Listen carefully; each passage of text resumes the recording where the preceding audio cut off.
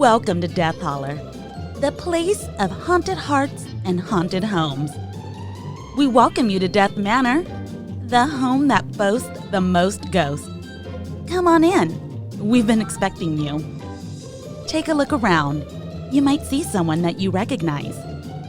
Do you hear those voices? That's just the Reverend Dr. Death and LLareyna. They're so happy to see you. Sit back and relax. Make yourself at home. Your new home. And remember, when you're in Death Holler, listener discretion is always advised. We hope you enjoy the show.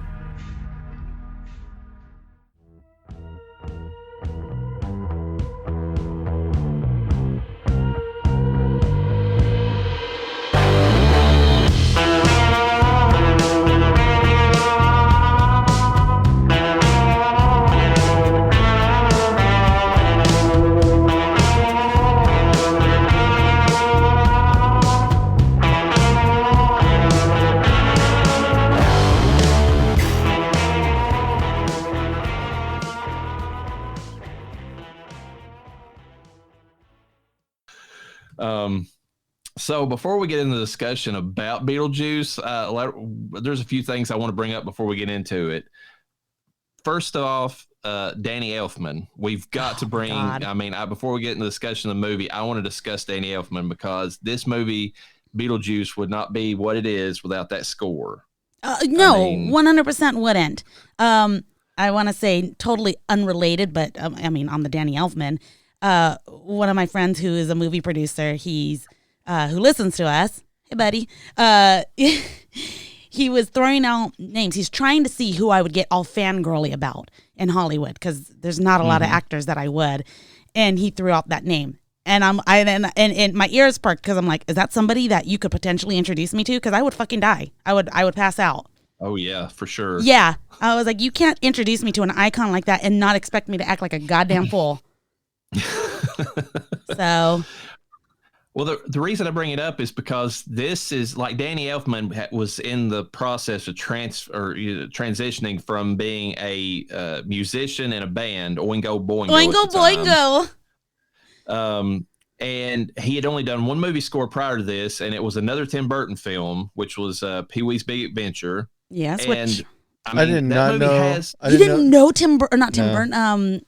I didn't know that was Tim Burton's movie. And Danny Elfman as the composer. Yeah, but if I went back and listened to it, the main score from the Pee-wee's Big Adventure, it's not as memorable at all as the Beetlejuice theme. I mean, this is, if I'm going to assign a movie that I think really showcased Danny Elfman's abilities, it would be Beetlejuice. This movie is what, you think of whenever you think of an Elfman score, at least like one of his, Tim Burton-esque scores that he came out with. Noah, have you ever heard of the term frisson? Frisson. No. Yeah, Frisson. No, I'm not familiar with the term. So it's a term that's like apparently only 55% of the population feels this way, and I'm one of them. Like where you hear a piece of music and like either the memory of or the situation that it's used in or just the music itself gives you those like the chills up your spine, hairs raised, goosebump feeling. I don't know if you've ever felt that because, like I said, only about half the population feels that. I'll get that. That's the whole idea when you watch a movie. That it's all the undertones that you're not paying attention to that spark an emotion in you. But I'm saying in particular, like you hear a piece of music and instantly like chills up your spine. Like it instantly induces it. Yeah. Oh yeah. I didn't realize that. Like I've always had this, but when you research it, like not everybody does, But the reason I bring it up is because every time, one of the reasons I love Beetlejuice is every time I start hearing that little, I think it's like a piano tinkle that starts at the beginning of it, like it instantly. Even talking about right now, chills. I love that little piece that he does. Right before it even goes, it shows like the Geffen Studios icon, and it starts playing that, twisted version of Deo or whatever. Like it's really slowed down and it's got like the spooky sound to it. But the term's called frisson? Frisson, yeah. I've never heard that before.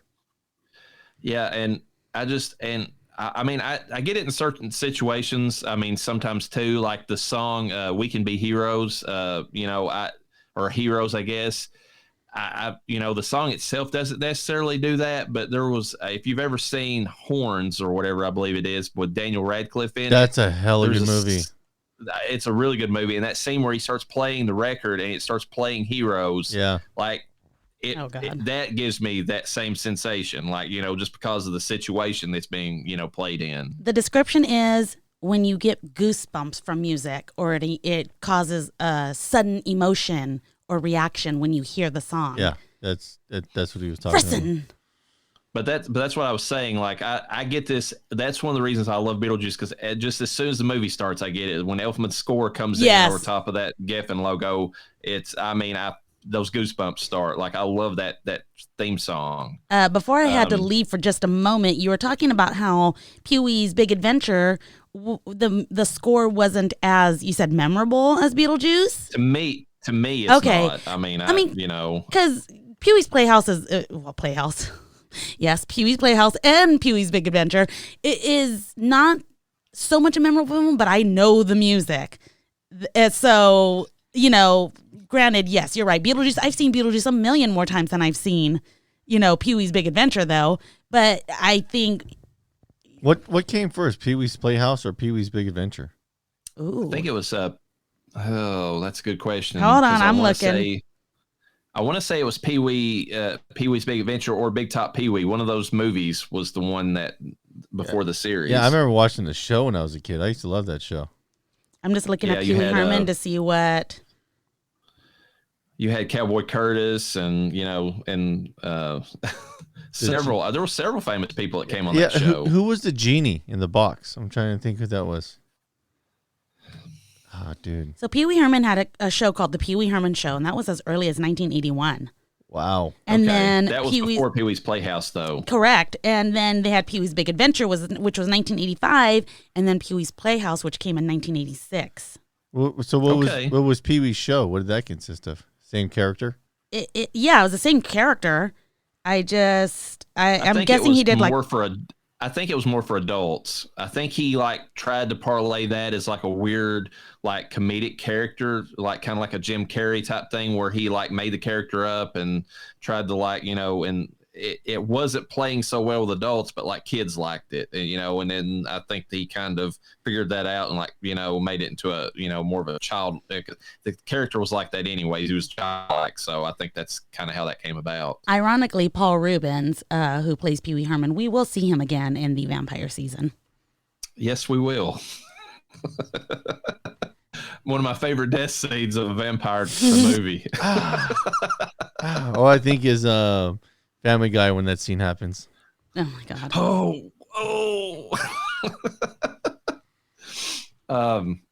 So Danny Elfman's score perfect in this. It's actually one of the few score albums that I've bought just because I love every piece of music on that album. I can listen to it the whole way through, and I love every bit of it. Are you talking about the Beetlejuice album?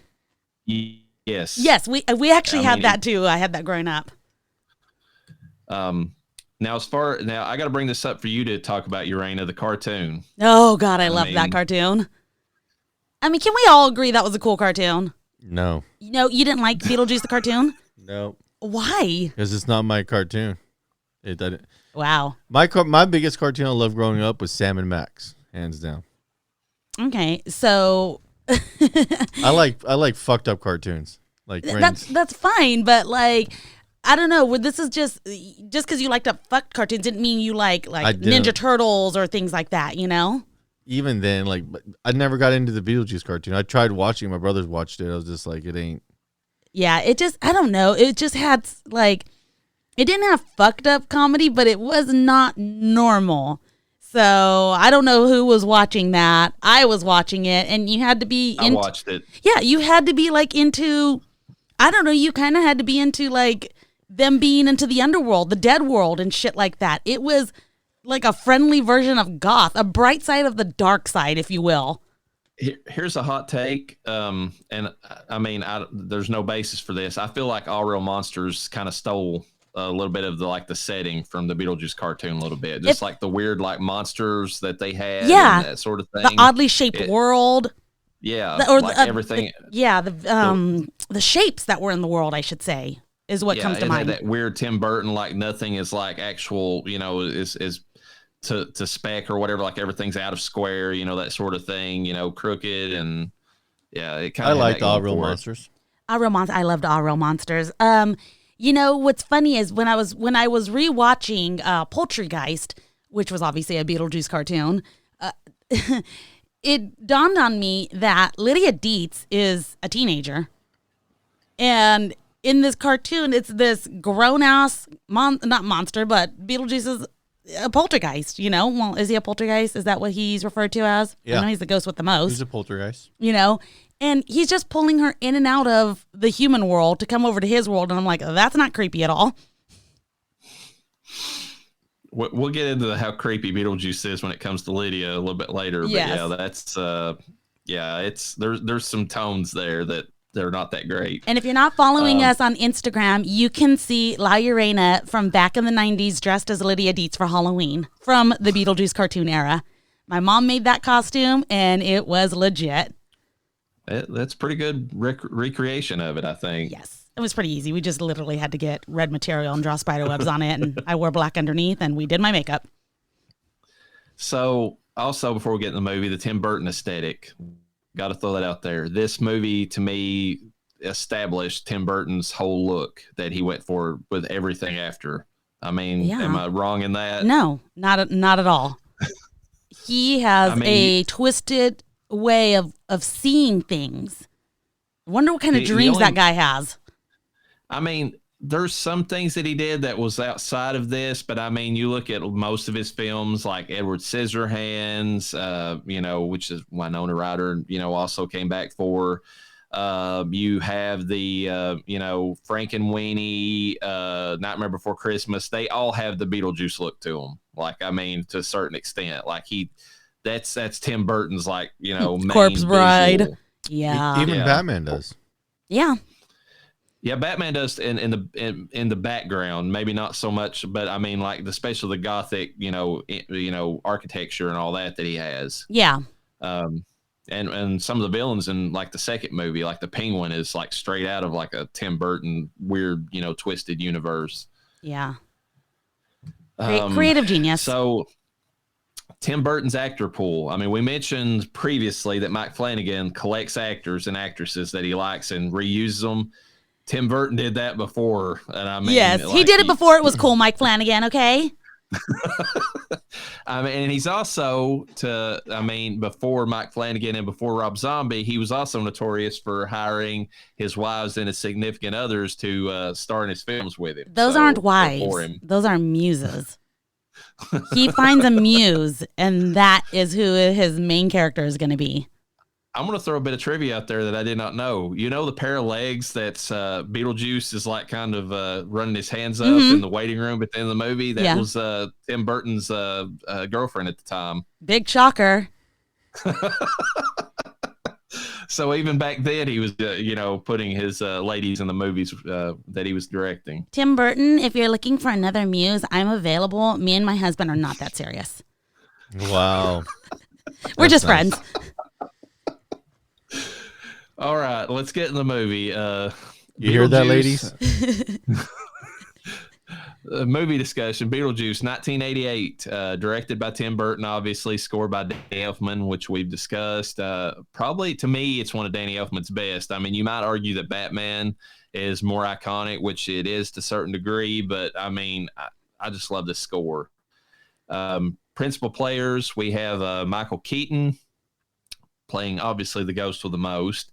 And to me, it's his most iconic role ever, because even though he played Batman, and a lot of people say he's the best Batman, I'd argue he's probably the best Bruce Wayne, but, that's semantics. Yes. I can't think of another character he did that stood out as much as Beetlejuice. Like, I mean, he is that character. Like, I can't think of anybody else as that character but him.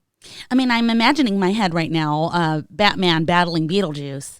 literally in Gotham City as if Beetlejuice were the Joker or some kind of villain. You know what I'm kind of curious is how did that movie do in the box office? Oh, do we have the numbers for that, or do I need to look it up? Not just box office. What was the critics' review Look of the them movie? Okay, I'll look them up. We'll discuss that at the end when we do the little tidbits we do. Obviously, Michael Keaton was in Batman, Mr. Mom, Multiplicity. I love that movie with him. Johnny Dangerously. Oh, he had some. He was good, in Spot. He had some good movies pre-Batman, like when he worked as a news reporter. I'm trying to think of the name of that movie. That was a hella good movie. And he was trying to do real journalism, get to the problem and stuff is getting covered up for the news outlet he worked for. It was there's that movie. I'm trying to think of the name of it. He had the other movie, Gung Ho. That was an awesome movie where the Japanese car manufacturers were coming here to try to manufacture their cars here, and they're trying to get the plant up and running. And Michael Keaton was in charge of making their current American workers up to par for the Japanese workers. Okay. I don't think I saw those movies. Yeah, go back and check those out. Yeah, Gung Ho it's an awesome movie. It's a comedy, and the other ones the couple other ones he did are serious. But the one when he was a news reporter working for a news company, trying to break stories that were being covered up. That was an awesome movie. More recently, he's been in Spider-Man: Homecoming as the Vulture, which was one of the better villain takes that he's done. Birdman, he played in that. I mean, that's one that's got critical acclaim. Yeah, that's a good movie. One that's not so good, but I still watch it because it's entertaining, is Jack Frost. What? Do you know Jack Frost was terrible. What I'm talking about? Have you not seen Jack Frost? Oh, I know how terrible it is. Okay. I do love him though in The Other Guys. He plays that character is such a big character in that movie, but the fact that he's quoting TLC and he's doing it so seriously is one of my favorite things from that movie. That he's the captain, right? Yes. Okay. And he's also working at a Bath and Body Works or something on the side. Yeah. He's also been in. He was in the recent Dumbo movie that Tim Burton also directed. Yeah, you got a job for life when Timmy hires you. Yep. And he was in White Noise, which is another horror film that's about ghosts or whatever. And I didn't know this. He was in Toy Story, and he did the voice of Ken. I did not fucking know that. Because it's such a perky character that doesn't seem like Michael Keaton, but obviously, okay. What do I know? Yeah. And Dope Stick, he's getting a lot of critical acclaim over that. Because, dude, that's hella good. That's an awesome series. We have Wynonna Ryder, Lydia Dietz, which is the classic emo goth girl standard. I mean, she literally set the standard for goth girls. I mean, she did. You can say whatever you want, but she's the one that did it. Probably unintentionally, too. I think she said it when she did the movie Heathers. Heathers came after this. Oh, I didn't realize that. Yes. Yeah. I knew that. She took the goth girl image that she made in this movie and parlayed it into her look, like for most of the movies after this. Yeah. Okay. She was in Heathers. She was in Dracula, the 1992 version with one of our alums, Keanu Reeves. Yes, but they dolled her up in that movie. That was an awesome movie. Also in A Scanner Darkly with Keanu Reeves. Oh, That's another awesome movie. Edward Scissorhands with Johnny Depp, who's a longtime Tim Burton after he once you're a lifer at that point. Yep. And she was that was a different look for her. When Edward Scissorhands came out, it was really hard for me to get used to the fact that she was that blonde pretty girl in that movie. But she did good though. She sold it. She did. She did sell it. Frankenweenie, she plays the voice of a character in that. She was in Black Swan, which I need to go back and watch because I don't remember her character. I don't remember her in that. No, yeah, I don't remember that either. Reality Bites, obviously, she was kind of. That was kind of the height of her, teen angst, time period. I think that's also when she was probably getting in trouble for stealing things. That was a big thing with Wynonna she was Ryder. Stealing for a role, just practicing. Yeah, we'll say that's what it was. She was in Alien Resurrection. She was in a movie about the Crucible, which I didn't realize. 1996, about the Salem witch trials. Yeah, I remember that. Well, I'm trying to think of the name of that movie. They actually say it's the Crucible, like that's the name of it, okay. Like straight up. And she starred in it with Jeffrey Jones, which is who played her dad in this movie, which we've already discussed the problems with him and will not go into anymore. She was in the Iceman movie, which is about the serial killer. And she was in the movie Lost Souls, and of course she's in Stranger Things, plays the mom on that series. What was the character she played in Iceman?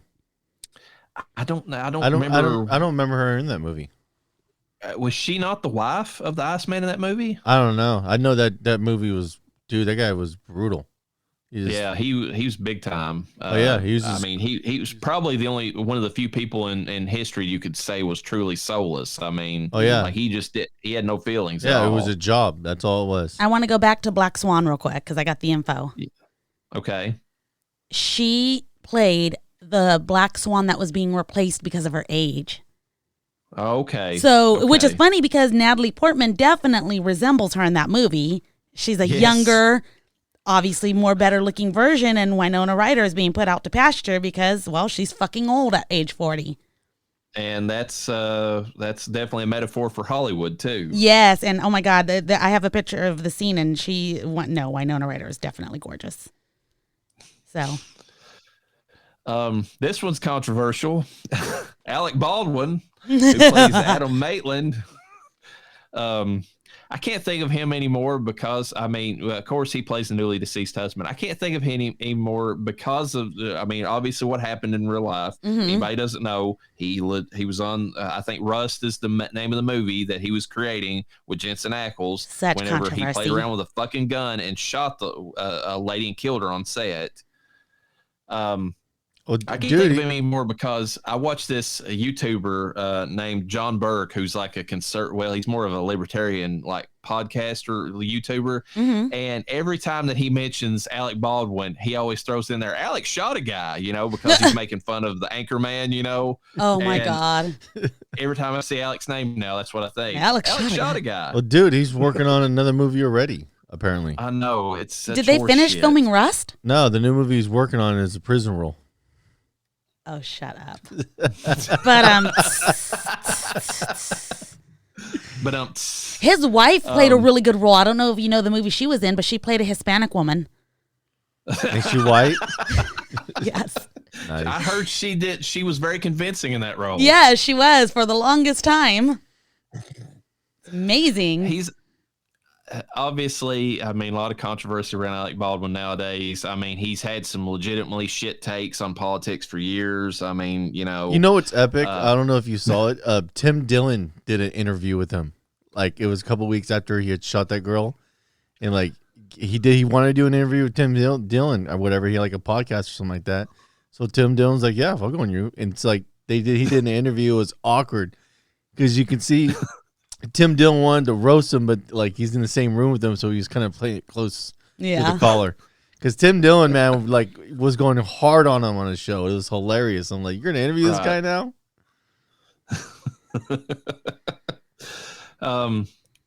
Alec Baldwin's, he's been at a bunch of different things. 30 Rock is one of the last things that anybody remembers him from. Besides Baby Boss Baby. I think that came out after. He was in Clue. I didn't realize he was in that movie either with, Tim Curry. So that was a good movie. Moving on from him, we could sit here and make fun of Alec Baldwin all day. Gina Davis, who plays Barbara Maitland, who is the newly deceased wife in this movie, big time known for Thelma and Louise. Mm-hmm. The Long Kiss Goodnight with Samuel L. Jackson, which is an extremely underrated but great action movie. Yeah, that's a good one. And proof, I want to throw this out there. I don't want to get super political, but it has to be all these people. It's like there's never been a strong female role. Go back and watch Long Kiss Goodnight and tell me that she's not like a badass in that movie. What about the movie A League of Her Own? That was just nothing but. What about the TV show Commander in Chief? She was the fucking president in that show. We can forget about that. It's called recency bias.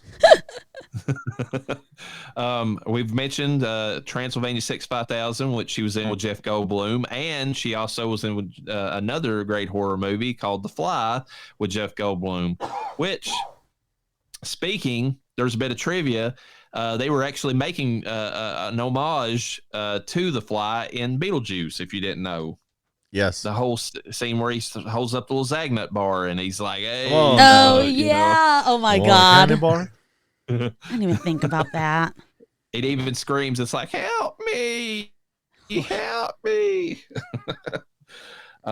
Jeffrey Jones, he's Tim Burton's one of his alum, but he's had, he's a pedophile. I mean, we got to throw it out there. Interesting though to comment that he plays an anxiety-ridden city dweller / land developer, and he also played the same kind of character in The Devil's Advocate. Yeah. So, oh my God. Kind of interesting. He's a one-trick pony. Actually, I mean, he's had some pretty varied roles in Tim Burton's films. It's kind of, I don't know, but whatever.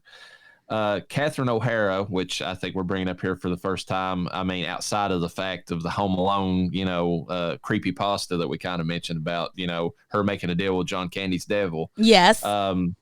She plays Delia Dietz, who is an artist and a very forceful personality. Like, she knows what she wants and she will get it, Even if she doesn't have the talent.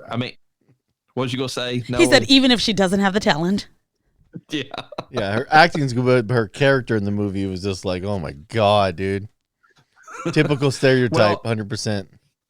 I think it's funny because she plays a twisted version of Delia Dietz in Schitt's Creek. I mean, honestly, she does. See, I haven't seen that show. Is that show pretty good? I hear really good things. It is. It's actually entertaining. I enjoyed it. But it's hard to get around the fact that she's putting on a voice as Moira in the show. Like, she's got this very, it's more like the most put on posh accent you can, possibly hear. Like, I can't do it justice because, obviously my accent, underlying it. But if you hear it, it's like you're like, okay, I know what she sounds like. And it's hard to disconnect from that whenever you see her. But she's totally up her ass, thinks that she's the best actress that's ever been, and everybody around her, realizes that she's, even her accent's put on. So her acting is soap opera level at best in the show. It's supposed to be, but I'm saying that's she's like Dilly in the sense that she thinks she's way better than she is. I think it depends on how old you are, where you know her from. I think, younger people know her from Schitt's Creek the most, but people of our generation is going to know her either from this movie and Beetlejuice or Home Alone. Those are the two movies. Yeah. She was in more, but those are the ones that defined our childhood the most. She was in Nightmare Before Christmas, but nobody really knew that was her. It didn't sound like her. Yeah, I did not know. I did not realize that was her playing Sally. I didn't realize that was her doing her voice and singing. Exactly. Yeah, I didn't realize she did Sally in that movie. Oh, yeah. Surprise. And surprise, Danny Elfman's the one who's singing for Jack Skellington, yes. If you didn't know that. They tried to get the original actor. Danny Elfman, something about his voice he didn't like about it, which it's funny because his singing voice sounds like his speaking voice. But for some reason, the actor that was doing, the speaking was not hitting the notes Danny Elfman wanted hit. And was like, fuck it, I'll do it myself. And the funny thing is that Danny Elfman's singing voice sounds like Christopher Guest's talking voice, and close enough to where it doesn't sound like somebody else is doing it. Exactly. I was like, okay, you do you, boo. She is in the movie Monster House. Which is a fun little, Halloween kids movie. Kids were obsessed with that for a while. I think they were on that movie for a straight year, every day watching it. Frankenweenie, she joined back up with Tim Burton and Wynonna Ryder for that movie. A shocker. And she plays Grandma in the new Addams Family cartoon. Wow. I didn't know that. I did not know that either. That was that was better than I expected it to be. I thought it was going to be shitty, honestly. I agree. I mean, there's a lot of ways they could have took that, and at least that one. I don't know about the newest one. I feel I've heard bad things about the sequel they did, but at least that Addams Family 2019 was fairly good. Yeah. I'm going to throw out here Glenn Shaddix, who plays Otho, just because Otho is iconic in this movie. Otho. This movie. And Robert Goulet plays Maxie Dean. I mean, known primarily for his like singing talents, and then like he's, he was in several things. He was in Robert Goulet actually was in that Halloween, or that Christmas segment to that at the start of Scrooged, I believe. Follow Robert Goulet in singing Christmas carols in the bayou. He's hitting the crocodile over the head with the paddle. And the funny thing is that was another Danny Elfman score that was very similar to Beetlejuice, like very similar. Like, I mean, the beats sound the same. I mean, but a good score nonetheless. So everybody knows pretty much the plot of this movie, but anyways, like not the Dietz, but like the Maitlands are just going to do a staycation basically. They've been having trouble having kids. I mean, they're I think that's that one woman who comes in is one of their relatives or something that's wanting to sell the house because it's quote unquote too big for the two of them because they can't conceive children, which is she's a shitty person. Like, why couldn't she have died during the movie? That's all I'm going to say about her. Because then she would have been a shitty ghost in the film. No, thank you. That's true. You live and be miserable, bitch. Anyways, they're going on their way to town to pick up some stuff because he owns like a little hardware store in town. It's one of those picturesque New England towns, I think it was supposed to be set in Connecticut, but they had to film some parts of it in Vermont. And on the way back, they swerve to avoid a dog on a wooden bridge, end up going over the side and drowning.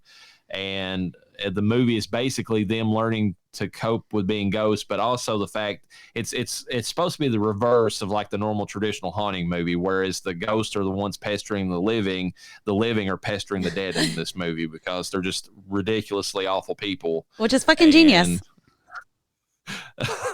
And of course, a bioexorcist, which I love that term, going by the name of Beetlejuice, offers to rid the home of the pesky new family, but his methods are a little extreme, and he brings more trouble than he's maybe worth. I didn't realize that's how he sold himself, a bioexorcist. Yeah. Was that on one of the commercials? Yeah. Yes, I remember that. Which let's just get in the movie. I mean, like I love this movie from like the beginning to end, pretty much. I mean, there's there's maybe a few parts in between with the Dietz that that maybe are not my favorites, but I pretty much love everything with the Maitlands and Beetlejuice, and then of course Lydia, in between the two of them. This movie when I was younger, because I've been watching this since I was a kid, just like my kids, and I could not understand that the Maitlands had died, even though there's so many things in this film that spelled it out. I'm like, why are they not seeing them? What is it? I was confused the first 2 or 3 times that I watched this film. And obviously, I obviously came to my senses and figured it out. But this movie, I never thought of it as the opposite, where you think the ghost is trying to scare you out of the house, with really you're just fucking annoying them. They want you out of their house. Yeah, you're changing everything. I mean, they liked how their house was set up, and yeah, they're working on rebuilding it and everything. This movie was, I say it all the time, but ahead of its time. There's several things this movie that I really like, but they have the fact that it's actually like a feel good movie toward the end, because the Dietz, the Maitlands, who never could conceive a child, end up getting an adopted daughter in Lydia. Exactly. You got, the Dietz themselves, there's a whole play on the city, folk moving in and pushing, themselves around, amongst the country, types or whatever. There's that kind of dichotomy that's in this movie. the one thing that I kind of have a beef with watching it now, and I know it was a choice made by Tim Burton, is the fact that the Maitlands their death did not get, they don't look like how they died. If you watch every other ghost in this movie, however they died, they look like it. If you burn up, you're ash, basically. You're like a burned corpse. Mm-hmm. If you were run over, you're flattened. The Maitlands should have been dripping wet like they are when they first come back into the house throughout the entire movie. Yeah. But they're not, and that's because Tim Burton felt like it would be too uncomfortable for the Gina Davis and Alec Baldwin to have went the whole movie just covered in like water the entire time. Water, or at least look like death. They did not look dead. If nothing else, if they would have just spritzed their hair and made it like plastered their heads, that would have made it slightly better, I think. Yeah, I didn't think about that. You're absolutely right. That never even fazed me. But then again, it's so funny because rolling into what you're talking about, that's a detail. Tim Burton had a lot of random details in this movie. One that not even related to the movie in any way. I mean, other than it kind of segued into a scene that maybe scared the dad. Like, so for instance, when he's bird watching, he's looking at pictures of birds, and then he's got his goggles, and he's looking, and he's kind of seeing a bird eating something. Weird details in this film that they're in there. They do serve a small purpose, but yet he didn't make the ghosts look like make the Maitlands look like ghosts at all. No, I mean, and the other thing is too, and I try to wrap my head around this. Every other ghost in the movie is either, I think, whenever as you decay, like the ghost is supposed to decay with the body to a certain extent, like at least in their looks. Yeah. But the Maitlands are the only ones that are the exception. And maybe I guess they're their representative. She's the only other one that's not like that, because every other ghost in the movie is like greenish tint, bluish tint. Yeah. Kind of symbolize they're decayed. But how many of the ghosts made it back to their own house? Well, yeah. I mean, it's assumed that. I mean, it's not necessarily their house that they're. I mean, it's supposed to be wherever they died, or there's like a certain like rule about where they haunt, and all the ones in the waiting room are that they meet, like the guy who was smoking and the person who had the surgery done to them. It's assumed that they are haunting like their own abodes or whatever, like some kind of building that tied to their deaths. But like that, I mean, that's but it's never said. It's just kind of hinted at in the movie. It's in the handbook, babe. Did you read it? Not yet. And then another thing that could play into it is how fresh are these ghosts? I mean, on the unofficial rotting corpses scale, how new are these ghosts? Because we don't know necessarily how old the ghosts are, but they also appear to be more experienced. So maybe with experience and time, the death look comes to them. Well, I mean, you look at Beetlejuice, like, I mean, he looks like a rotted corpse. I mean, he's got the mold growing along the sides of his face. Yeah, but he's centuries old too. And that is said. Yeah, and the Black Plague, I think, God. He mentions that he lived through. Yes. I mean. Holy crap. Do we want to roll through some of the scenes in this movie? Because this movie, we could go through the whole movie from beginning to end, and every scene has something, epic or memorable. But obviously, we don't have time for that. I mean, I'm going to throw out there one of my favorite scenes, and that's the advertisement that Beetlejuice puts on the TV screen. I love that scene. Oh my God! Is that's the one with him dressed as the cowboy? He's dressed as a cowboy, and he's like, "I'll eat anything you want me to eat. I'll swallow anything you want me to swallow." Which is come on down. Come on. I just posted I'll chew on a dog. Ooh. Which is funny because I just posted that on the Death Holler Instagram, and it's like, don't tell me you're a country fan if you don't know who this artist is. Really? Yes. The scene that stands out to me is when he puts a whorehouse in the little town. Well, he didn't put the whorehouse there. Beetlejuice didn't? No. It was the caseworker. Caseworker. Oh, yes. Sorry. I got that all mixed up. But she was trying to distract him. And Mrs. Maitland got mad at her husband. Why did you put a whorehouse there? My favorite part is when they dig them out of the ground. Oh yeah. Are you talking about when they're digging through the? Oh yeah, and they're pulling all the cardboard and at the the fake. very end of it, he kicks a tree over. Nice fucking model. Oh my god. Hey, since you brought it up, I'm going to mention this because it's in the trivia. That was totally ad-libbed, like most of his lines that Michael Keaton did.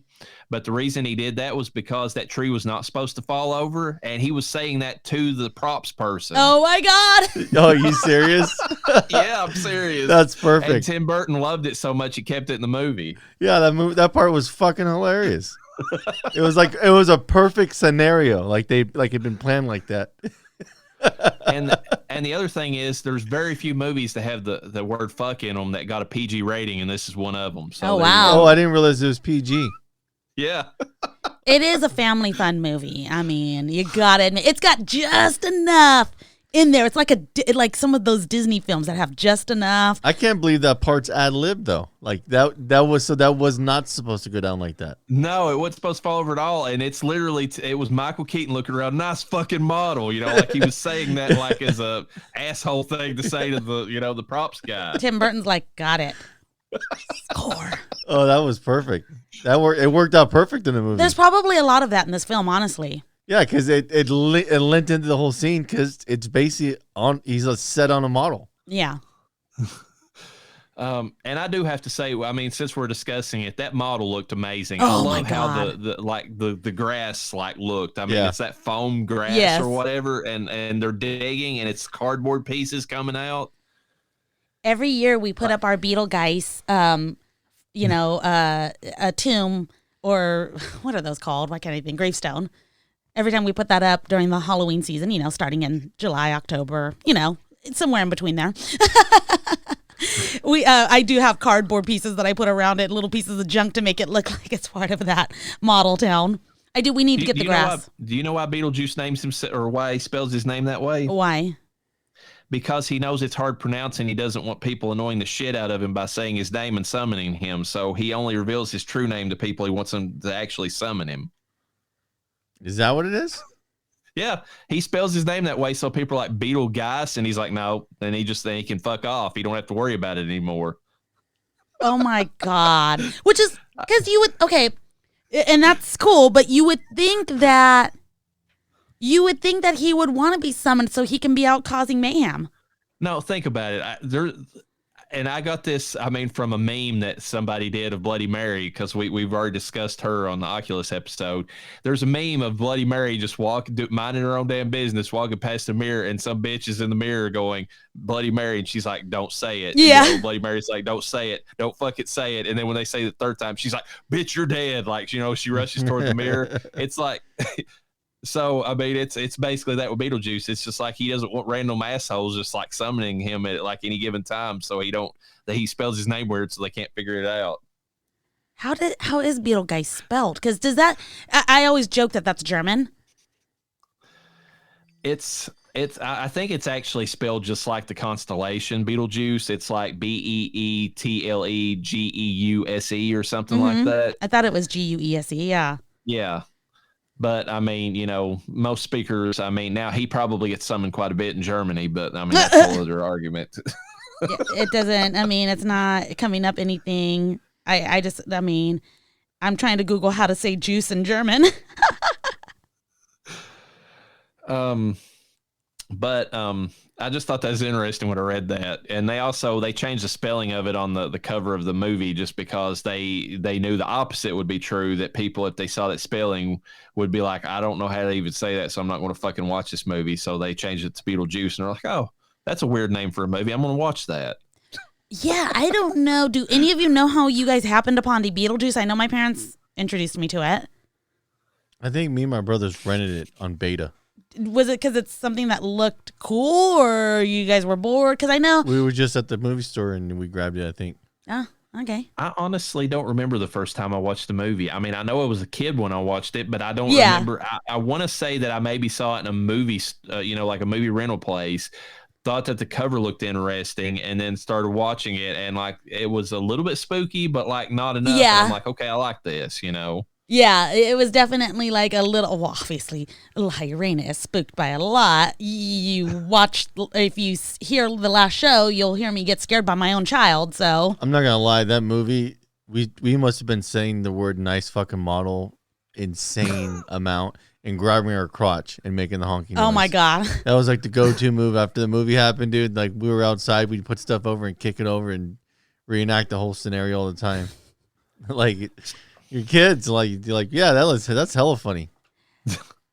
Lorena, did you mention one of your favorite scenes? Because I don't know if I remember you saying anything. I don't think I talked about any specific scene. I talked about just details that I noticed in scenes and things like that. But I'm gonna go with the basic bitch answer, and we're gonna talk about the Deo scene, the banana song, the one everybody remembers. Yes, the one. I mean, how can you forget that? That shit was fucking hilarious. I didn't even know they were possessed when I was a kid. I was like, what the fuck are they doing? I hate musicals. You know, they were.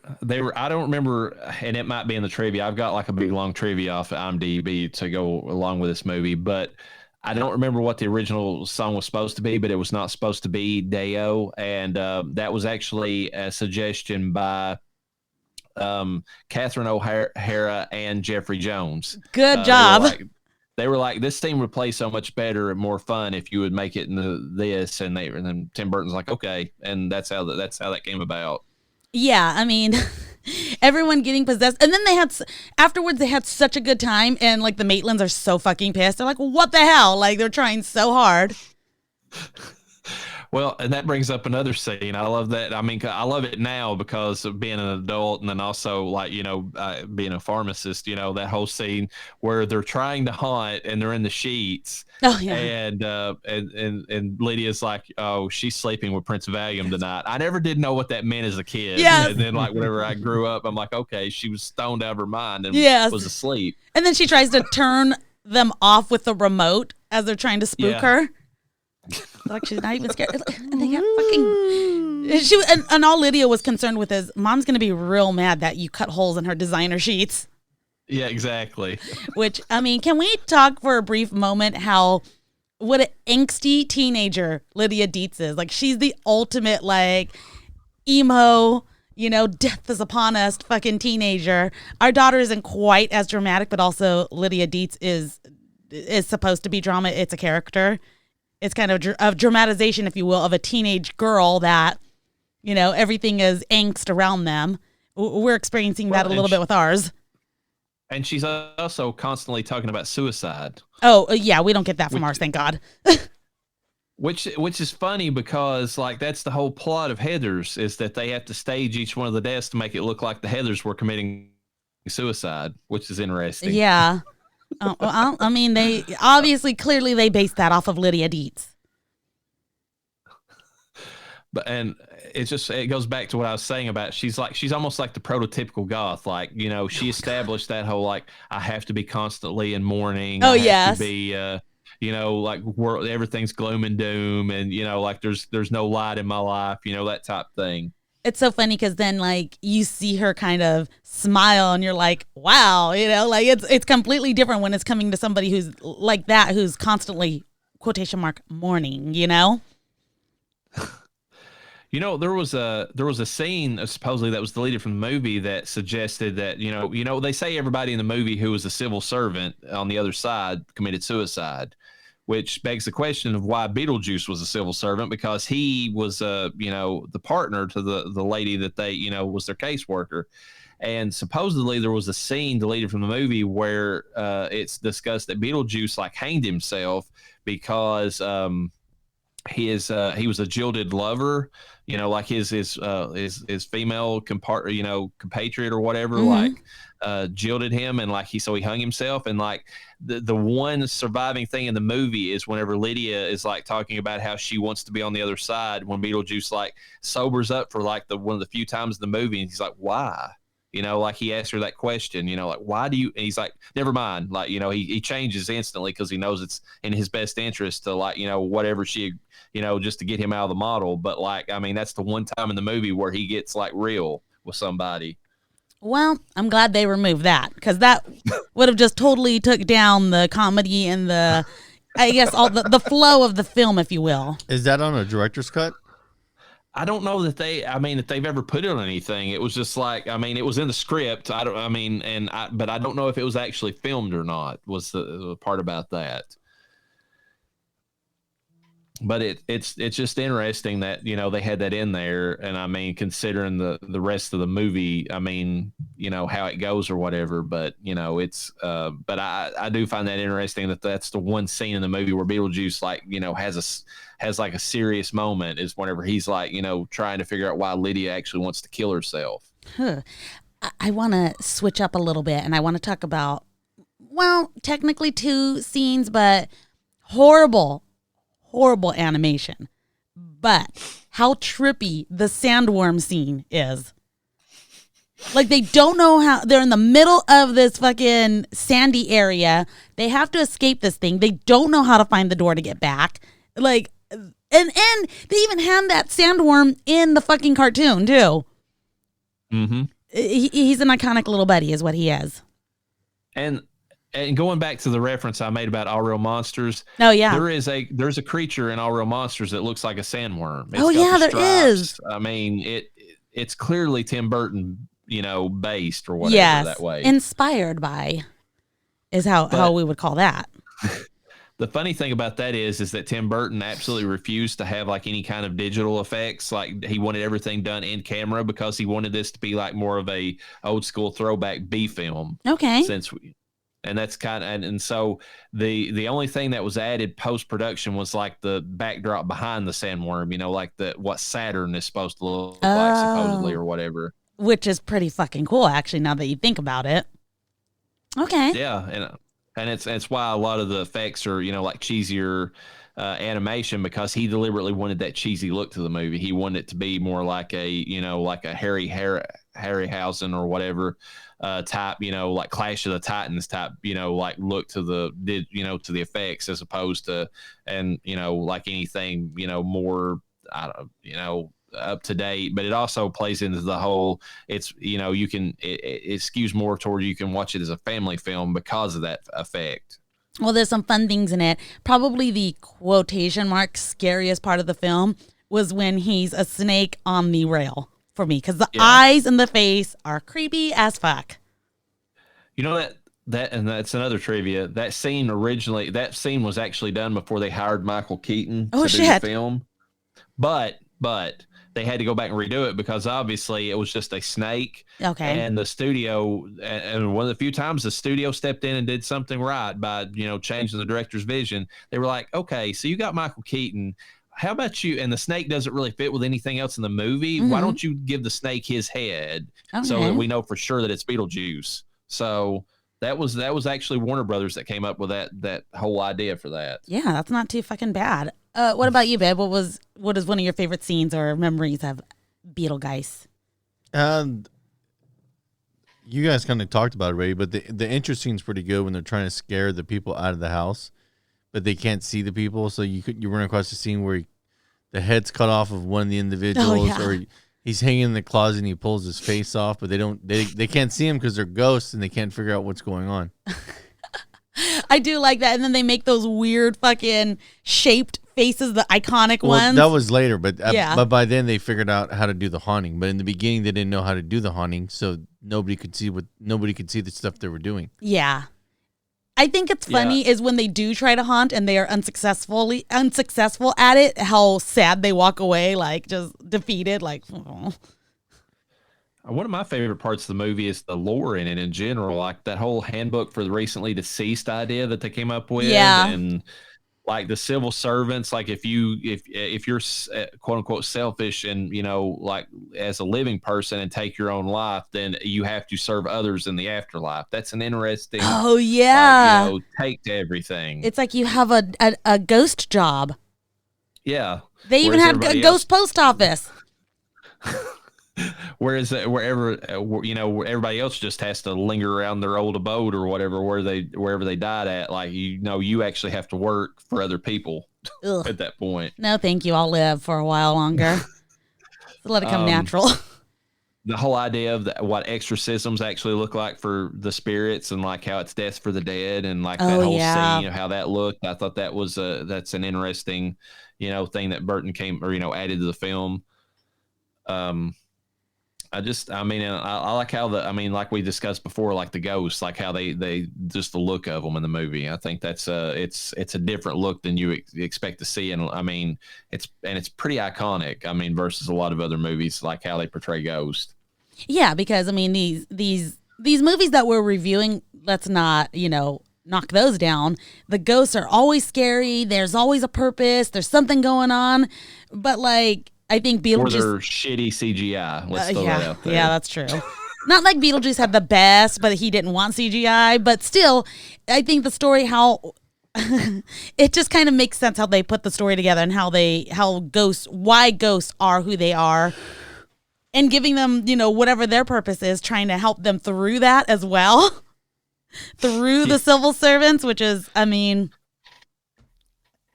it's funny the things you realize when you start doing these podcasts and having discussions about it. I'm thinking about that. Remember that part where he robs the guy's number and he swaps it out with them? Oh, yeah. Yeah. But that witch doctor doesn't look like he's decayed at all either. It's hard to tell because he's covered in all kinds of stuff. I know, but for the most part, he doesn't look rotted.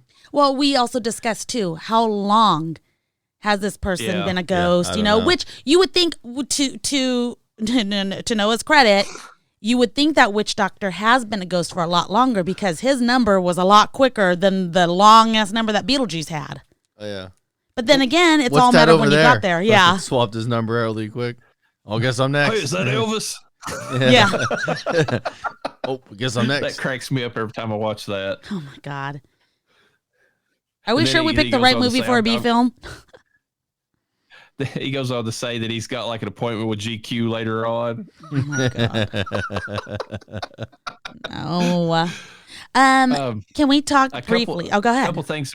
I was just going to say a couple of trivia about that scene. That was post-production. They added that after the movie. They originally were going to have that scene with Beetlejuice, but they added it on because they just liked Michael Keaton's portrayal so much, so they brought him back for that. And one other thing about that is that the movie has a lot of threes in it, and the fact that he's the fourth person means there's three people in front of him. So there's another echo of the three. Oh my God.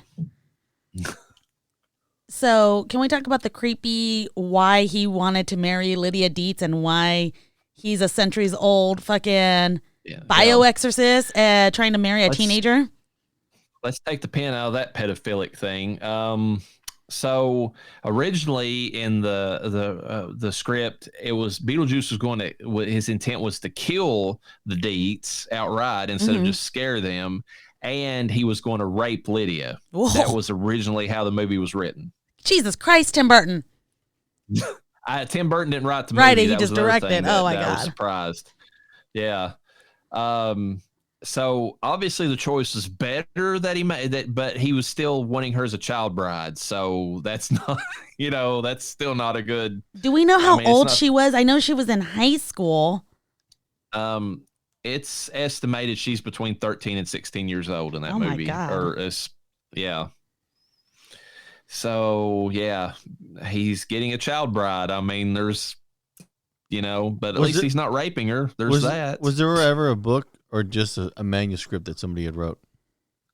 She's 16. You're right, Reverend. I think it was just the manuscript that was originally written for it. I don't know that they ever came out with like a book of the original, like before it was changed for the movie's purposes. You think there's someone would have wrote the handbook for the recently deceased? Yeah, that would have been really cool if they had. They've got them to buy, but they're just blank journals. That's all they are. If they would have got a book written and released it with the movie, I think it would have done good. I think it would have too. It would have done super well. It's like when Guillermo del Toro makes he always does like these little like drawing journals of that are like super detailed and awesome looking whenever he makes any of his creature features, and he sells he usually includes illustrations from his journal that from filming along with his books, and that with some of his like DVDs and Blu-rays, and that always helps him sell. I think something like that would have drastically increased. But they could have did a lot of inside baseball and explained a lot of the detailed things about why certain things happen the way they did. Like, it would have given them room to breathe with the story outside of the movie. For sure, yeah. But you want to bring up anything else about the creepy bride, situation or? No, I mean, I understand, because you don't think about it when you're watching the film. It doesn't come off as perverted, at all. He's trying to marry this girl, but then if you think about it, she's a teenager. Yeah, but he's also like a demon, so it's that's true. Yeah, I know he was trying to marry her because he felt like that was going to be his best way of staying, I guess, in the real world. And that's the other thing too. It's like a reverse of what happens in the real. I mean, like in reality. I mean, how many like child brides do you? I mean, like is a real thing. That especially back in those. Like you go back in like the 70s and 80s, where like a girl from another country was wanting to get to the U.S. and like the only way she'd get like a green card is to get married to somebody. And like, I mean, even if she's not like, underage, like she's barely 18 and she's marrying some guy that's like, 40 or 50, that's still a thing. Yeah, that's true. Well, nobody said no to the marriage. They couldn't. Something I want to bring up. What did you think of the effects for like when the Maitlands are getting exorcised? I thought that was one of the better visual effects in the movie. Yeah, considering the age of that film, and even to this day, that is one of the coolest looking things I had ever seen in terms of this film. It kind of gives me vibes of like, I believe it's Raiders of the Lost Ark, whenever they start like shriveling up, like, the Germans, like whenever they see the Ark when it's opened, Yeah, but full disclosure, I have not seen that film, so that's going to have to be the hubby to agree with you on that or not. You've never seen Raiders of the Lost Ark? No, when they open it up? No. Yeah, every turns into them, like all of this like decrepit, vaporizing old sacks. No, thank you. Do we want to get into more trivia? I mean, I can go directly in the trivia if you all are done discussing some of your favorite scenes from the movie. Anything else to discuss, babe? Nope. The movie itself overall has the whole movie's good. Like there's not a lot of bad things I can really say about the movie. A lot of fucking funny comedic parts of the film, hence why we're reviewing the ghost with the most for this fucking April Fool's episode. And he was also our top rating before we changed our rating scale, so we got to give him props for that. Absolutely. Yeah, I think Michael Keaton more than anything sold the movie. Oh yeah, doing the role. Oh yeah, for sure. I couldn't imagine it working out as good as it Wasn't did. he not even supposed to be like the prime part of the film? Wasn't it like he just ended up taking it over? Am I incorrect in saying that? Well, we can get into it during the trivia discussion if you want to do that, because that's in there to a certain degree. Let's roll right into it, and I do have the numbers up, so we'll discuss that towards the end. After you finish going through yours. Okay. So, there's going to be some things that repeat, so we'll just go through it as we go.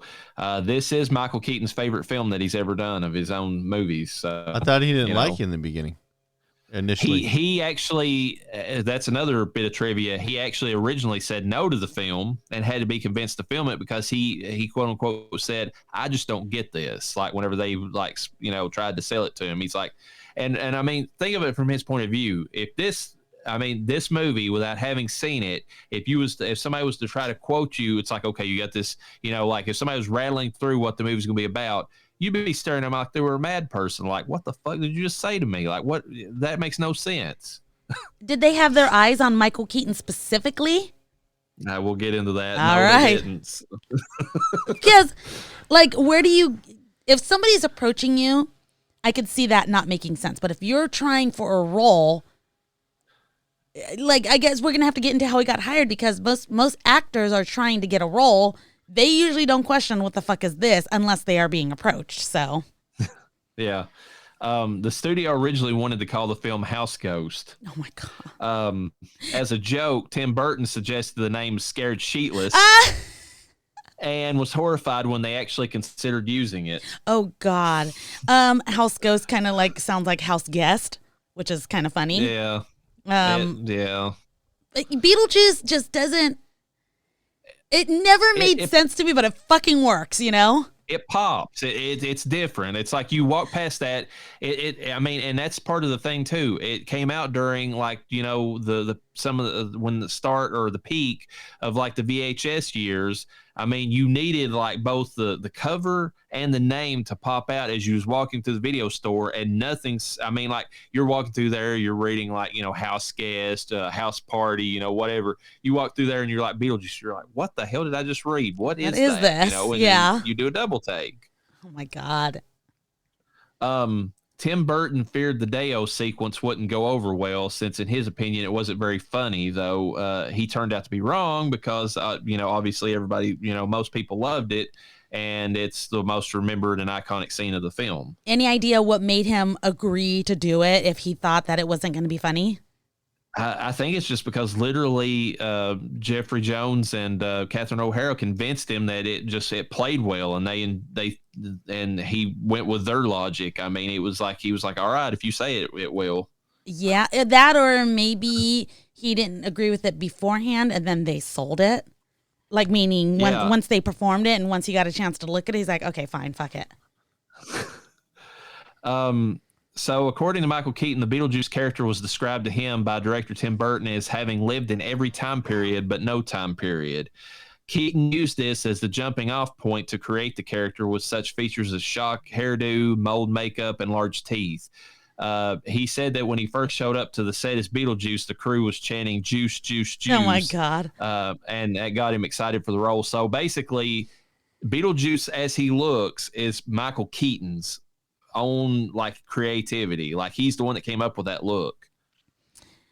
Much like the devil in Constantine. Yeah, and I think that's amazing that the actors themselves, like, you know, help define the character. I mean, you know, you always hear that they add things during the acting as they fill the part. They're like, I think the character would do this, and the director, you know, concedes, and it's like actually better because they did. Yeah, it's just interesting to hear the other side where they actually have a look in mind, and they're like, no, I want to do this, and like, okay, and it actually turns out for the better. I think it helps the character actually feel more comfortable in their role. It helps them bring themselves into the role, which comes off more realistic. Exactly. As said before, you know, he ad-libbed 90% of his lines. Michael Keaton did? So, yes.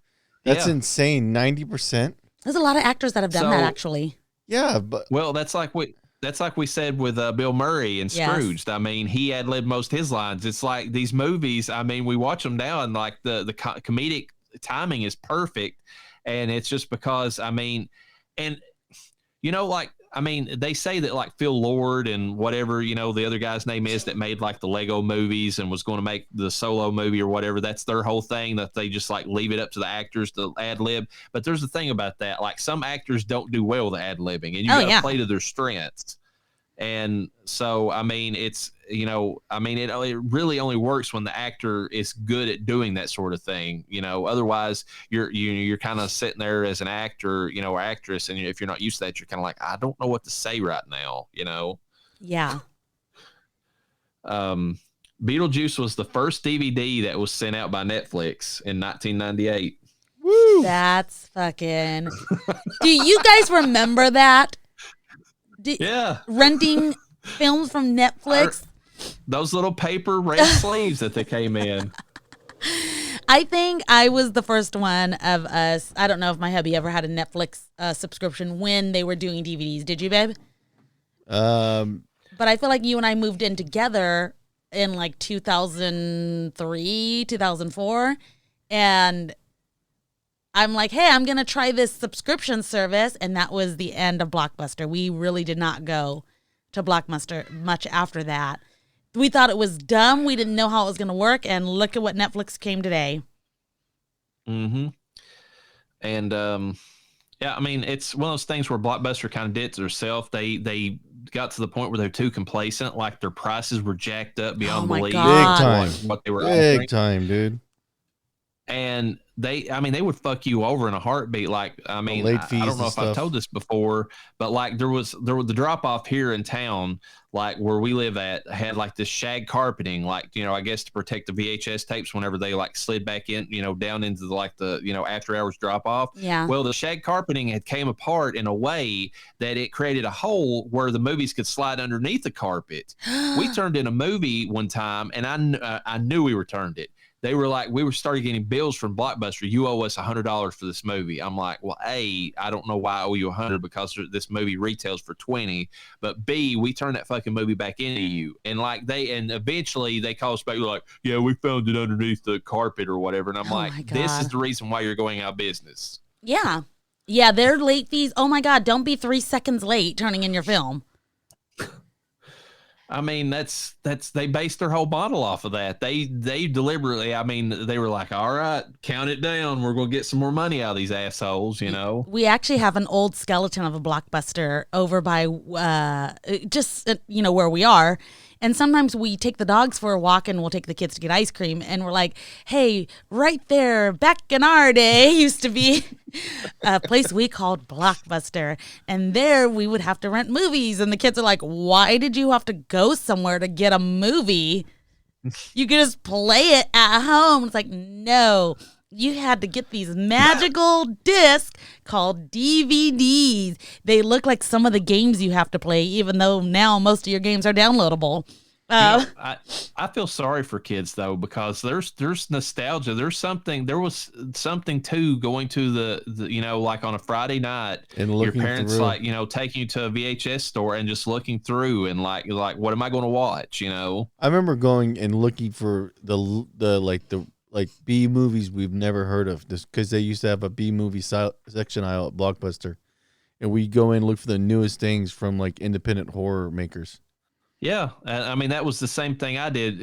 I mean, it wasn't necessarily independent I was looking for, but like I would go in there and I'm like, okay, what's the creepiest looking cover I can find? Like, you know, and I would find like one where some, you know, like this horrible looking zombie was crawling out of the grave, and I'm like, okay, I want to watch that, you know. Yeah, the hubby and I, most of our dates were Blockbuster dates. Blockbuster and chill, if you will. So yeah, getting a Netflix account and dealing. I think I even got fancy the first round. I got the 3 DVDs at a time. They had no fucking late fees. Yeah, I remember we used to do that, and then any movie we liked, I'd rip it. Oh yeah. Yeah. Redbox sort of got that a little bit for me. A little bit later on, I started like doing that with those, or, you know. Yeah. You know, it's funny that Beetlejuice came out in 1988, and then 10 years later, they're the first DVD coming out by Netflix, which is, wow. That's an interesting piece of trivia.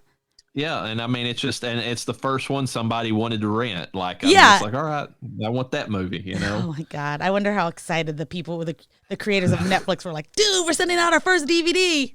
It was a big deal. Yeah. Big deal. And then Blockbuster, like, didn't take it serious. And by the time they started taking it serious, Netflix had already gained the market share. No, it was too late. And they were, you know, too little too late at that point. I remember when Netflix started talking about streaming, and I was like, that's never going to work. Yeah. Yeah. Yeah. I remember initially when they were streaming, it was only 480. And then it went to 720, and then you went to 1080, and now it's 4K. And their movie selection was awful. Oh my God, they had the worst. But you know what? It's funny because they had the kind of movies that my husband wanted to watch, and I was like, nah, fuck this shit. Well, it's funny. The movies they had to stream were the same things that are now for free on Tubi. That's true. I mean, it's really the case. Oh my God.